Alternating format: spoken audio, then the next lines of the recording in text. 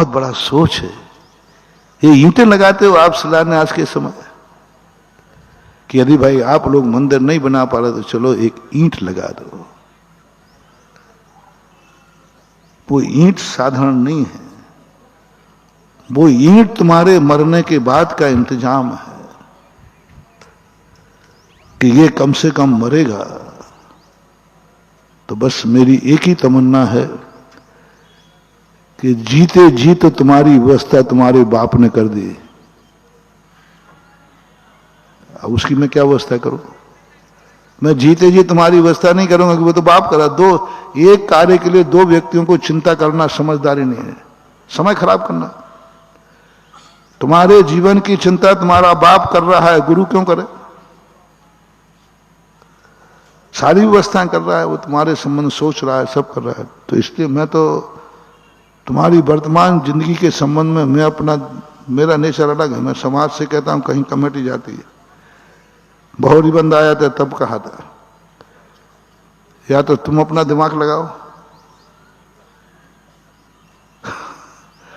तो मैं तुम्हारे साथ हूं। मैं अपना दिमाग खर्च करूं, मेरे पास दिमाग की बहुत कमी है। वैसे ही आजकल बिजली कंट्रोल में मिलती है, वैसे ही आजकल बुद्धि कम है, सोच कम है, समय कम है, शक्तियां कम है। तो वेस्टेज नहीं करना चाहिए। हर चीज में आज एक ही बात कही जाती है, हर चीज का उपयोग करो, वेस्टेज मत करो। व्यर्थ में पानी मत ढोलो, व्यर्थ में लाइट मत जलाओ। और जैन दर्शन भी ये कहता है अनर्थ दंड सबसे बड़ा पाप है। सभी पापों में सबसे बड़ा पाप क्या है? अनर्थ दंड, निष्प्रयोजन, कोई मतलब ही नहीं। जैसे हम उदाहरण दिया करते हैं, एक किसान ने सुबह हल चलाया, दिन भर में कितनी हरी काट दी, कोई बात नहीं। सब्जी बनाई, कछार वाले ने पूरी सब्जी काट ली, कितनी हरी काटी, कोई बात नहीं। और तुम खड़े खड़े गार्डन में खड़े थे, एक पत्ता तोड़ा, यूं फेंक दिया, तुम कैमरे की नजर में, FIR लिखी गई तुम्हारी। बोले साहब मैंने गलती क्या की? बोले तुम अभी गार्डन में खड़े खड़े एक पत्ता तोड़ के फेंका, इसलिए तुम्हारी FIR अरेस्ट किया जाता है। एक पत्ता तोड़ने में अरेस्ट? धांधली चल रही है। इस किसान ने देखो दिन भर में कितने पेड़ काट दिए, कितना सब उड़ा दिया, पूरी सब्जी काट दी इसने, देखो ये। बोले उसने प्रयोजन से काटी है। तुम और बताओ ये पत्ता तुमने क्यों तोड़ा? यूं क्यों तोड़ा? तुलसी का पत्ता था क्या? नहीं, तुलसी का पत्ता था, मुझे खाना था, पान का पत्ता था, खाना था, क्यों तोड़ा? नहीं, थोड़ा बुरा लग रहा था इसलिए तोड़ दिया, नहीं वो भी बात नहीं, यूं हाथ चल गया। यह है सबसे बड़ा पाप।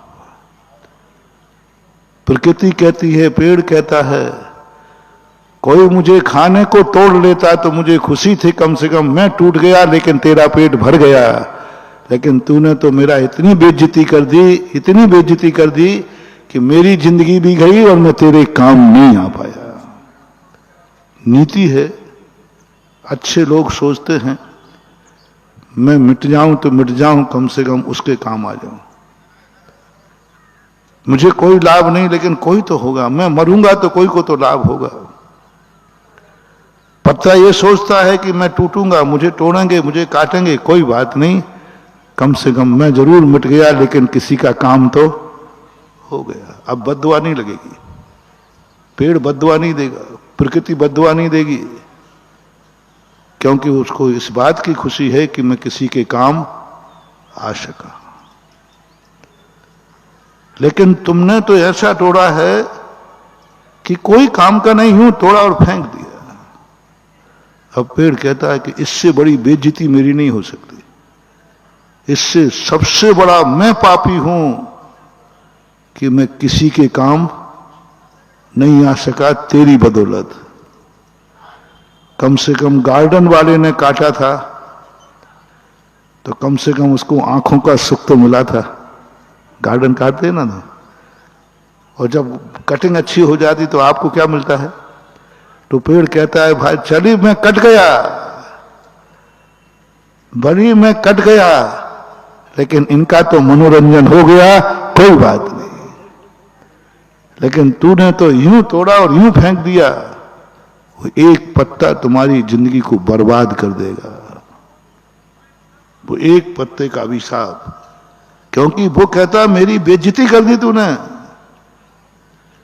मुझे निर्मूल कर दिया है ना, मैं तो किसी काम का था ही नहीं, मैं तो अपनी जिंदगी में कुछ सुखी नहीं रह पाया, लेकिन मेरे से दूसरा भी सुखी नहीं हो पाया। ऐसे ही पांचों स्थावरों में लगाना, हाथ पैर बिना कारण के कोई पत्ता भी नहीं तोड़ना। पानी के लिए तुम्हारा कोई बात नहीं, पानी तुम पियो, अभिषेक करो, सब करो। पानी को खुशी है कि मैं भली नष्ट हो गया, लेकिन किसी की प्यास बुझ गई। लेकिन तुमने तो एक गिलास पानी दिया और फेंक दिया। अब पानी कहता है कि मैं तो कहीं का नहीं रहा, मैं मिट्टी में मिलके बर्बाद हो गया और किसी के काम भी नहीं आ पाया। कम से कम मैं किसी के काम आता तो संतोष था कि भली मैं मिट गया, लेकिन किसी की प्यास बुझ गई। पृथ्वी भी ऐसे ही, अग्नि जल वायु सब कुछ ऐसे ही। इसलिए अनर्दन्य तो मेरा एक नेचर है, क्योंकि मेरे पास बुद्धि की बहुत कमी है, शॉर्टेज है, तो मैं कंट्रोल में खर्च करता हूं, बहुत बहुत हिसाब से खर्च करता हूं, ज्यादा एदवा तदवा नहीं सोचता ज्यादा, मैं सबसे कम सोचता हूं, और शायद मेरे बराबर कोई नहीं सोचता। लेकिन मैं यही सोचता हूं कि मेरी बुद्धि खर्च हो तो या तो मेरा विकास हो, और या धर्म का और धर्मात्मा का विकास हो, किसी काम में व्यर्थ में नहीं जाना, अनर्थ नहीं। मैं बहुत कीमती हूं, मेरा सोच बहुत कीमती है, बहुत कीमती है।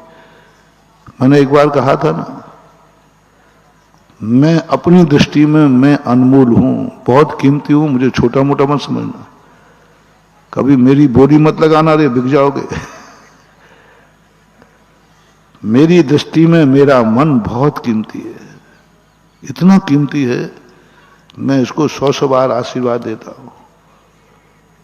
लोग कहते हैं ये मन बड़ा चंचल है, परेशान करता है, इस मन को क्या, मैंने अपने मन को कभी बद्दुआ नहीं दी।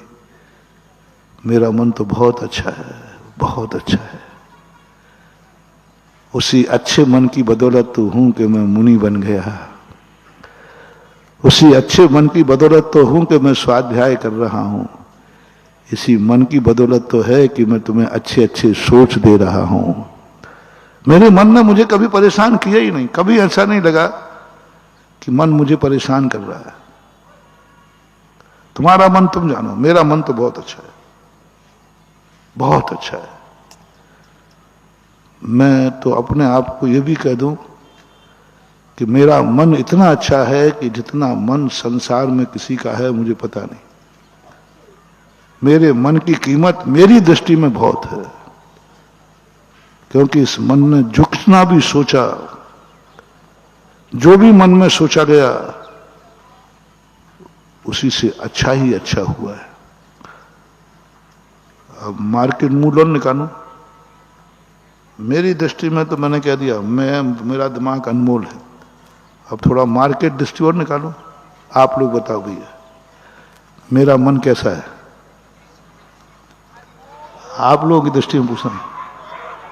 गड़बड़ किया तो ध्यान रखना, फिर हम प्रवचन देना बंद करेंगे।